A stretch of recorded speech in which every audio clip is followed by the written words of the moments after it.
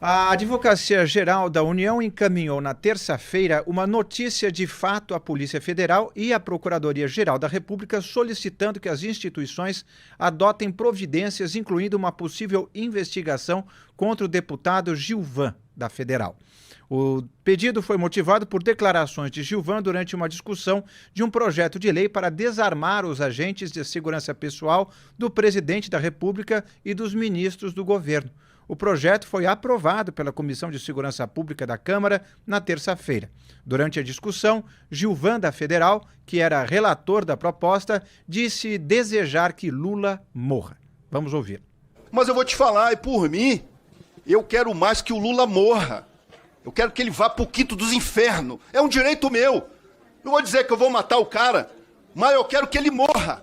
Que vá pro quinto dos infernos, porque nem o diabo que é o Lula. É por isso que ele está vivendo aí, superou o câncer, tomara que tenha um ataque cardíaco, porque nem o diabo quer essa desgraça desse presidente que está afundando nosso país.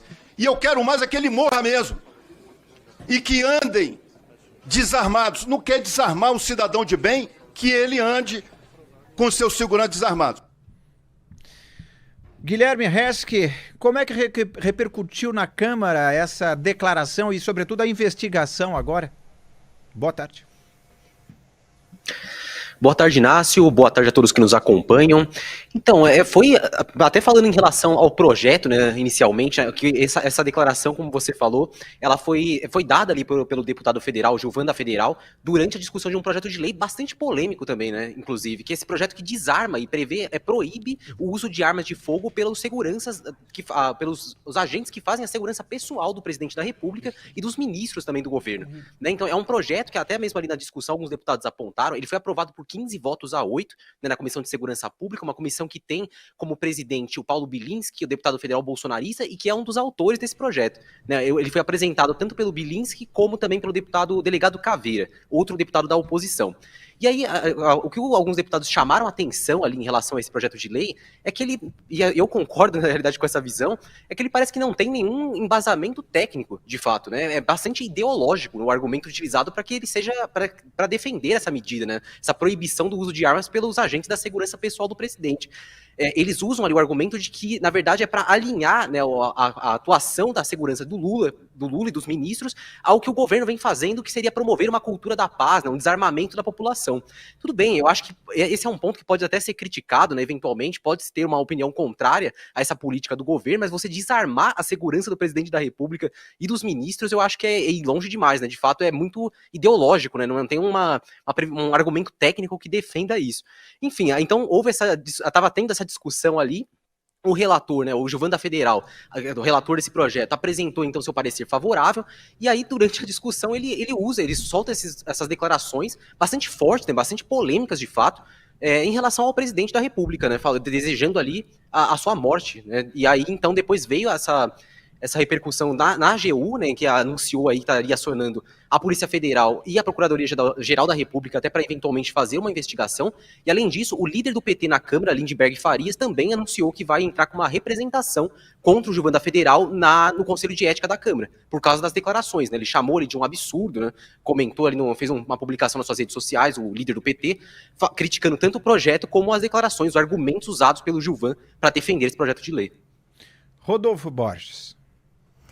Olha, muito barulho por nada, né? Eu vou dizer por nada porque formalmente, como o Guilherme falou, mesmo essa questão de desarmar a segurança do Lula, ela não tem como ser aprovada no final para começar a valer. Isso aí são gestos, sinais que a oposição faz nesse espírito da lacrada política para passar mensagens. E vai ser só isso, é uma mensagem que eles estão passando. E a gente entende essa mensagem a gente entende o ponto da crítica, mas usar o parlamento dessa forma, formalmente, para fazer uma crítica que não precisa ser feita formalmente desse jeito, é usar o parlamento de uma forma errada. Eles estão ali perdendo tempo numa comissão que tem a sua relevância, pode ser pequena, mas tem uma relevância formal ali para eles fazerem algumas coisas. E é isso que a oposição ao governo Lula tem para apresentar formalmente na maneira como eles agem no parlamento, Não faz muito sentido fazer desse jeito.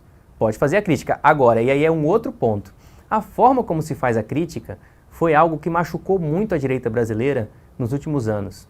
E o grande expoente dessa forma truculenta de se manifestar de um jeito que acaba, no final das contas, advogando contra quem está criticando, é o ex-deputado Daniel Silveira. Ele foi preso e está preso até hoje por conta de uma retórica desnecessária, agressiva, truculenta, que aí quando resvala na ameaça, pode, inclusive, e foi usada para puni-lo. Então, o ex-deputado Daniel Silveira, que não chegou a ser cassado por uma questão ali formal, porque no final das contas era essa a indicação, ele tinha que ser cassado, não foi? Então ele virou ex-deputado, não é hoje deputado cassado, como a gente costuma se referir aos deputados que foram cassados. Ele está lá preso porque os ministros do STF interpretaram que ele estava fazendo ameaças em vez de críticas. E as críticas, obviamente, fazem parte do jogo político, você critica. Agora, quando o deputado faz uma crítica como essa, ele abre um flanco para ser retaliado em outro nível, que não é só mais a retórica, passou da retórica. Então, assim, o que eu acho que aí o deputado mostra que parte da direita ainda não aprendeu com exemplos como o do Daniel Silveira, que é o exemplo último, né? Ele foi preso por isso, está preso ainda por isso, perdeu o mandato por isso, porque pode não ter sido cassado, mas aí reeleito ele não teve a oportunidade de ser, porque se não tivesse sido preso, se não tivesse acontecido tudo isso, Daniel Silveira poderia ter sido reeleito deputado, ou até virado um senador. Mas não, ele usou palavras erradas, que resvalaram na questão de ameaça, e, portanto, foi retaliado de uma forma que não tem nem como fazer mais nada, ele não tem mais nem como falar. Então, é possível fazer críticas, é possível apontar os erros do governo do Lula de uma forma muito mais eficiente e inteligente do que esse tipo de deputado tem feito, se expondo, inclusive, a ser retaliado de uma forma que ele não vai conseguir nem responder mais.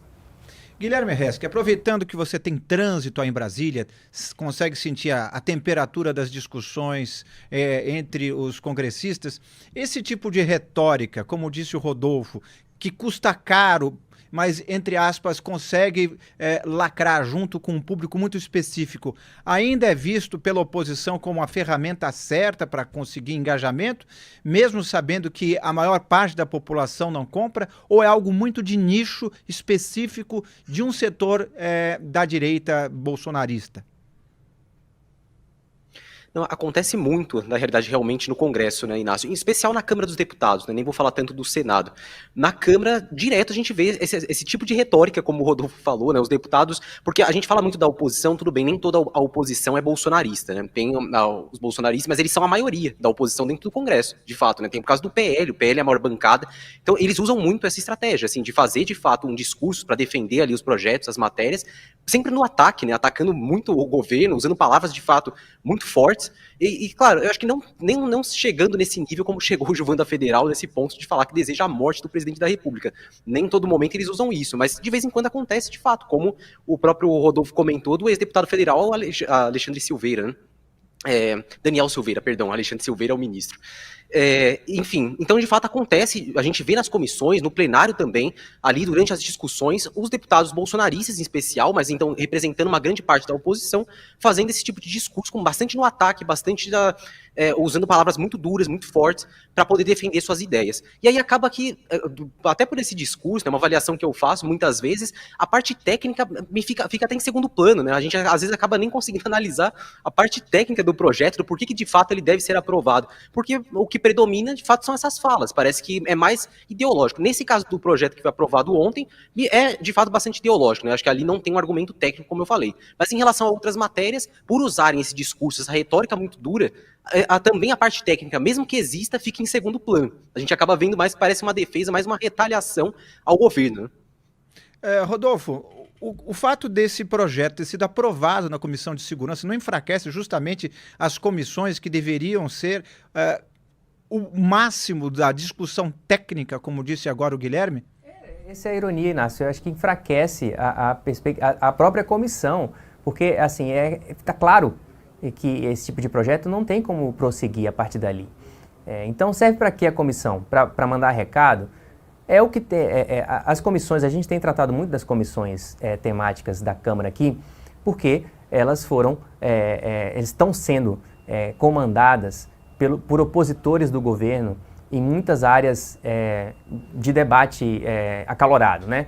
Então a gente falou, por exemplo, outro dia de que a Comissão de Relações Exteriores, ela iria ser comandada pelo Eduardo Bolsonaro, que fez aquela história lá de ficar nos Estados Unidos, se licenciou do mandato porque estava com medo de perder o passaporte, mas de qualquer forma ela está na mão do PL, que é o partido que tem mais deputados na Câmara, por conta da influência do Jair Bolsonaro, e portanto essa comissão ganhou uma relevância que não tinha, a partir da perspectiva de que ela vai ser usada como mais um fronte bolsonarista no Congresso Nacional.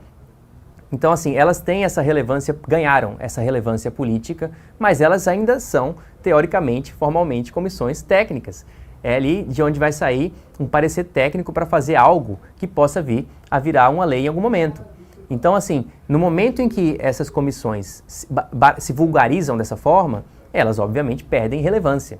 Agora, completando a história sobre o Daniel Silveira, me parecia, e aí a declaração do Gilvan da Federal veio me botar um questionamento em relação a isso, que boa parte dessa direita bolsonarista, ela tinha aprendido, com o exemplo do Daniel Silveira e outros tantos, a modular as suas declarações.